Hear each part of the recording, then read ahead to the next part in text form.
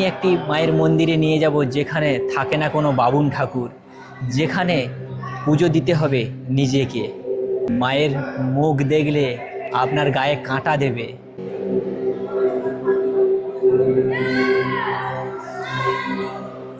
Good morning from হলদিয়া। দিনের দিন ঘুরিয়ে দেখাবো এত সুন্দর একটি মন্দির, যেখানে এলে সত্যি মন মুগ্ধ হয়ে যাবে। আমি এখন রয়েছি দুর্গাচক টাউন স্টেশনে। টিকিট কাউন্টারের সামনে অনেকটা লাইন পড়ে গেছে, যাই আগে টিকিটটা নিয়ে নিই। দুর্গাচক টাউন থেকে পাঁশকুড়া পর্যন্ত ভাড়া নিয়েছে 15 টাকা। এই ভিডিওতে আমি বলবো হলদিয়া থেকে ক্ষীরপাই বর্মা যেতে কত খরচ হবে এবং কত সময় লাগবে, সমস্ত কিছু তথ্য থাকবে আজকের এই ভিডিওতে। এখন সময় 6:10 আর ট্রেন চলে এসেছে দুর্গাচক টাউন স্টেশনে।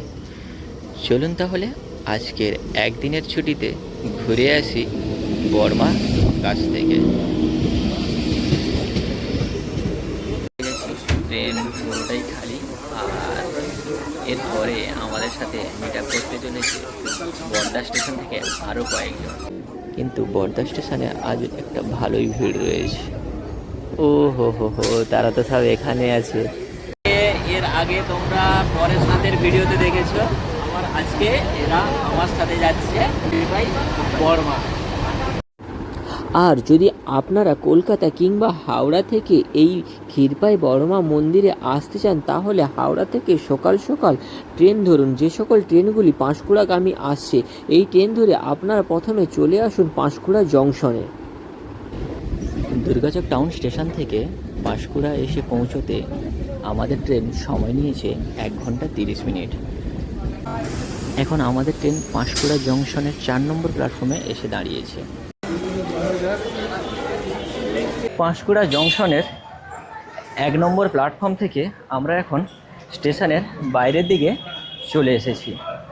এবার এখান থেকে আমাদের যেতে হবে, এখানের যে মিউনিসিপ্যালিটি সেন্ট্রাল বাস স্ট্যান্ড আছে, ওই বাস স্ট্যান্ডে যেতে হবে।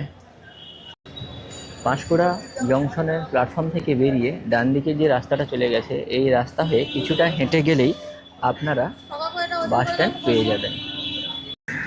এই ক্ষীরপাই যাওয়ার জন্য আপনারা কিন্তু কোনো টোটো বা অটো পাবেন না, তো আপনাদেরকে আসতে হবে এই বাস স্ট্যান্ডে, যেখান থেকে আপনারা ক্ষীরপাই যাওয়ার জন্য বাস পাবেন। Panskura municipality central bus stand, এই বাস স্ট্যান্ড থেকেই আপনাদেরকে বাস ধরতে হবে। আসতে একটু লেট হয়ে গেছিলো, যে কারণে ক্ষীরপাই যাওয়ার যে ডাইরেক্ট বাস, সে ডাইরেক্ট বাস কিন্তু চলে গেছে, তাই আমরা এখন এই ঘাটাল যাওয়ার বাসে উঠবো পাঁশকুড়া থেকে। এই বাসে উঠে আমরা নামবো ঘাটাল। চলুন তাহলে এখন এই বাসে উঠি।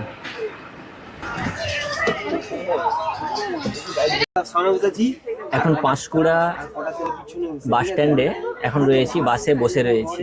তো এখান থেকে ড্রাইভার দাদাকে জিজ্ঞাসা করলাম যে বাসের টাইম টেবিলটা। পাঁশকুড়া থেকে কিন্তু ডাইরেক্ট বাস ক্ষীরপাই যাওয়ার জন্য খুবই কম রয়েছে, 1 ঘন্টা 1.5 ঘন্টা অন্তর রয়েছে। এখন আমরা যখন এসে পাঁশকুড়ায় পৌঁছালাম, সময় হয়ে গেছে 8টা। 7:50 একটা ডাইরেক্ট বাস থাকে, ওই বাসটা আজকে নেই। তো এর পরের বাস আছে 9টায়। তো আমরা 1 ঘন্টা এখানে অপেক্ষা করব না, 1 ঘন্টায় হয়তো আমরা অনেকটা পথ এগিয়ে যাব।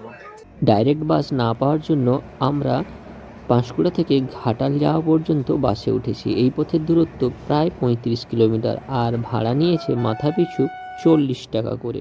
সকালে সেরকম কিছু টিফিন করা হয়নি, তাই টিফিনে করে গুড়িয়া চানাচুর বাড়ি থেকেই নিয়ে আসা হয়েছে। ক্ষীরপাই যাওয়ার জন্য আমরা ডাইরেক্ট বাস পেলাম না, তাই ঘাটাল সেন্ট্রাল বাস স্ট্যান্ডে এসে নেমে গেছি।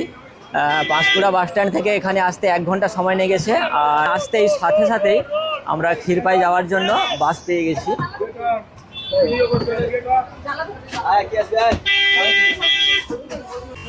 এখন সময় 9:10, আর ক্ষীরপাই এসে পৌঁছানোর সাথে সাথেই বাস আমরা পেয়ে গেছি। এই বাসে হয়ে এবার যাব আমরা ক্ষীরপাই বর্মা। আর আপনারা যদি ডাইরেক্ট বাস পেয়ে যান তাহলে খুবই ভালো, আর না হলে ঠিক এইভাবেই আপনাদের আসতে হবে। ঘাটাল থেকে ক্ষীরপাইয়ের দূরত্ব অ্যাপ্রক্সিমেটলি 14-15 কিলোমিটার, আর ভাড়া নিয়েছে 20 টাকা পার পার্সন। পিছনে যে বাস স্ট্যান্ড, এই বাস স্ট্যান্ডের নাম হচ্ছে ক্ষীরপাই হালদার দিঘি বাস স্ট্যান্ড। এই বাস স্ট্যান্ড থেকে নেমে আপনাদের একটু ব্যাকে আসতে হবে, আসলে ডান দিকে যে রাস্তাটা চলে গেছে এই রাস্তা হয়েই যেতে হবে। আর যদি আপনারা এই নামটা মনে রাখতে না পারেন তাহলে আপনারা বলবেন ক্ষীরপাই বর্মা যাব, বললে ওনারা নামিয়ে দেবে এই জায়গাটা একবার দেখ। এইটা হচ্ছে প্লেস, আর এই রাস্তা হয়েই আপনাদেরকে যেতে হবে। এখান থেকে যে ট্রেকার দাদা ছিল উনি বললেন যে পায়ে হেঁটে 5 মিনিট, আর না হলে আপনারা এই যে টোটো দাঁড়িয়ে রয়েছে এই টোটো ধরে যেতে পারেন, ভাড়া নেবে 10 টাকা।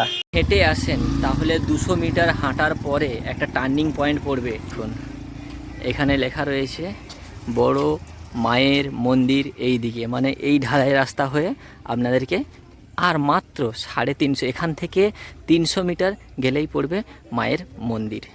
আর আপনারা যদি টোটোতে হয়ে আসেন তাহলে টোটোওয়ালা কিন্তু আপনাদেরকে এইখানে নামিয়ে দেবে, দিয়ে তারপরে আপনাদের প্রবেশ করতে হবে এই মন্দিরে। চলুন মন্দিরের সামনে একবার যাই। পায়ে হেঁটে আমাদের সময় লেগেছে বাস স্ট্যান্ড থেকে মাত্র 10 মিনিট। আর যদি আপনারা বাইক কিংবা নিজস্ব কোনো 4 চাকা নিয়ে আসেন সেই পার্কিংয়ের ব্যবস্থা রয়েছে। এই দেখুন এইখানে একটা বড় প্লেস রয়েছে, দেখতেই পাচ্ছেন। এখানে আজকে রবিবারের দিনে বেশ ভালোই ভিড় রয়েছে। ব্যানারটা লাগানো ছিল, ঝড়ের কারণে এটা ছিঁড়ে গেছে। আর এই পথেই যেতে হবে মন্দিরের ভেতরে। আর মন্দিরের চত্বরটা দেখুন কি সুন্দর সাজিয়ে রাখা হয়েছে। আর এই পথেই আমরা এখন যাচ্ছি মায়ের মন্দিরে। মন্দিরের চত্বরটা বেশ সুন্দরভাবে সাজানো হয়েছে। যদি গাড়ি নিয়ে আসেন বা গাড়ি পুজো করতে চান তাহলে এখানেই গাড়ি রেখে পুজো করতে পারেন। আর এই মন্দির চত্বরেই আপনারা পেয়ে যাবেন মায়ের প্রসাদ।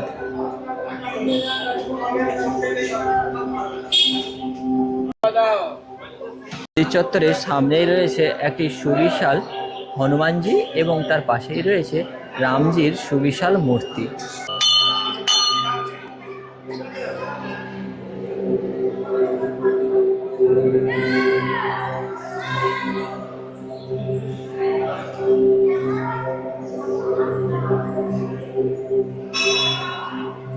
সত্যি বলছি, মায়ের মুখ দেখলে আপনার গায়ে কাঁটা দেবে। এখানে মন্দিরে থাকে না কোনো বাবুন ঠাকুর, পুজো দিতে হয় নিজেকে। এখানে অর্থের বিনিময়ে নয়, এখানে শ্রদ্ধা আর ভক্তি দিয়েই পুজো হয়। সত্যি মাকে যখন দেখলাম বাগরুদ্ধ হয়ে গেলাম, বলার মতো আর কোনো ভাষা রইল না। আপনারাও আসুন একবার দেখে যান এই ক্ষীরপাইয়ের বড়মাকে, কি অসাধারণ এই রূপ।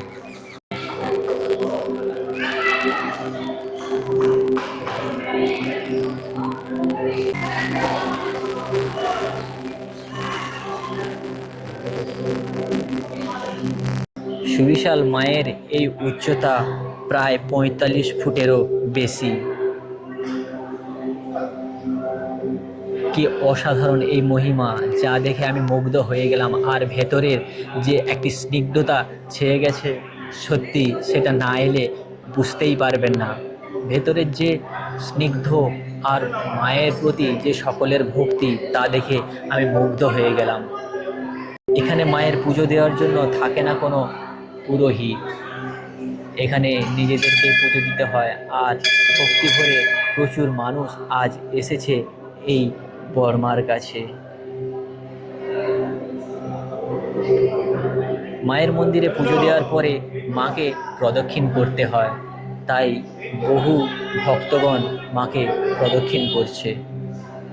মায়ের সামনে আরও একটি বড়মা এদিকেও রয়েছে। কি অসাধারণ মায়ের এই রূপ, যা দেখে মুগ্ধ তার ভক্তগণ। তার সঙ্গে রয়েছে একটি ডাকিনী ও একটি যোগিনী, আর সামনে রয়েছে ভোলে বাবা। কোথায় আছে মায়ের কাছে ভক্তি ভরে কিছু চাইলে মা সেই চাওয়া থেকে কোনো ভক্তকেই বঞ্চিত করে না। তাই এখানে আসা প্রত্যেক ভক্ত মায়ের কাছে এইভাবে মানত করে যায়।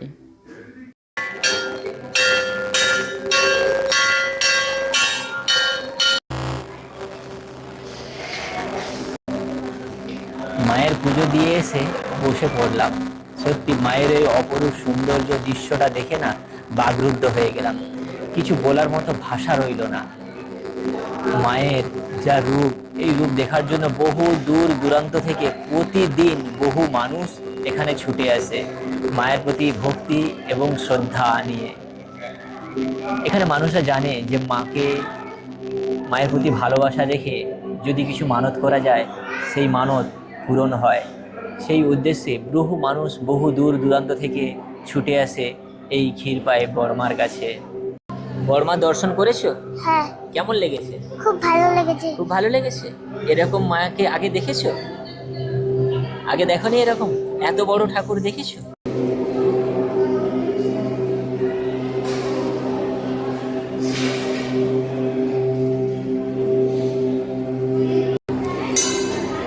বড়মার একটি পা রয়েছে শিবের ছাতির উপরে, আর একটি পা ধরণীতে, আর তার পাশেই রয়েছে ডাকিনী জুকিনী।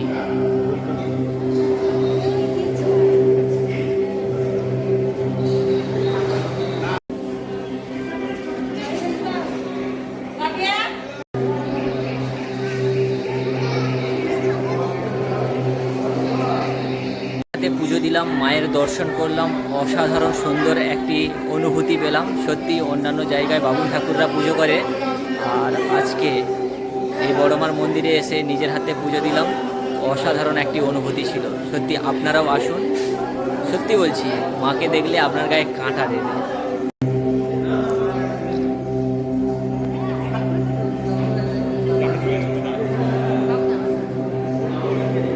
মাকে পুজো দেওয়ার পরে মাকে প্রদক্ষিণ করতে হয়, তাই সমস্ত ভক্তগণ মাকে প্রদক্ষিণ করছে। বড়মার কমিটির কর্তৃপক্ষ দ্বারা জানতে পারলাম যে এখানে কিছুদিন পরে মায়ের ভোগ প্রসাদ বিতরণ শুরু হবে, কিন্তু এখনও শুরু হয়নি। হয়তো আগামী দিনে যখন আপনারা আসবেন তখন হয়তো শুরু হতে পারে। এখানে কোনো কন্ট্যাক্ট নাম্বার নেই, যদি থাকতো অবশ্যই আপনাদেরকে দিয়ে দিতাম, তাহলে আপনারা কন্ট্যাক্ট করে জানতে পারতেন যে কবে থেকে মায়ের ভোগ প্রসাদ বিতরণ অনুষ্ঠান শুরু হবে। ভাই মন্দিরে ঘুরে পুজো দিয়ে এখানে একটা নদী ছিল, সেই নদীটা দেখতে এলাম। নদীটা খুব বেশি প্রশস্ত নয়, কিন্তু নদীতে কিন্তু এখন জোয়ার আসছে, তার জলের ঢেউয়েই তা বোঝা যাচ্ছে। জলের মধ্যে একটা টান রয়েছে, আর জলটা কিন্তু ঘুরপাক খাচ্ছে ঠিক এই জায়গাটায়। আর ওইখানে একটা কাকু জাল ফেকাচ্ছে, সঙ্গে একটা নৌকাও রয়েছে, আর জলের টানটা দেখো। এই নদীর নামটা আমি জানি না, যদি কারোর জানা থাকে কমেন্ট করে অবশ্যই জানিও। আর এখানে শুধু আমরা কয়েকজন নয়, এখানে আরও বেশ কিছুজন এসেছে যারা এই মন্দিরে ঘুরতে এসেছে। তো আপনারাও যদি আসেন একবার এই নদীটা ঘুরে যাবেন। আর আজকের ভিডিওটা এখানে শেষ করছি। যদি ভিডিওটা ভালো লেগে থাকে তাহলে লাইক কমেন্ট করবেন, এবং পরবর্তীকালে যারা আসতে চায় তাদেরকে এই ভিডিওটা শেয়ার করে দেবেন। আশা করি অনেকটাই হেল্পফুল হবে তাদের জন্য।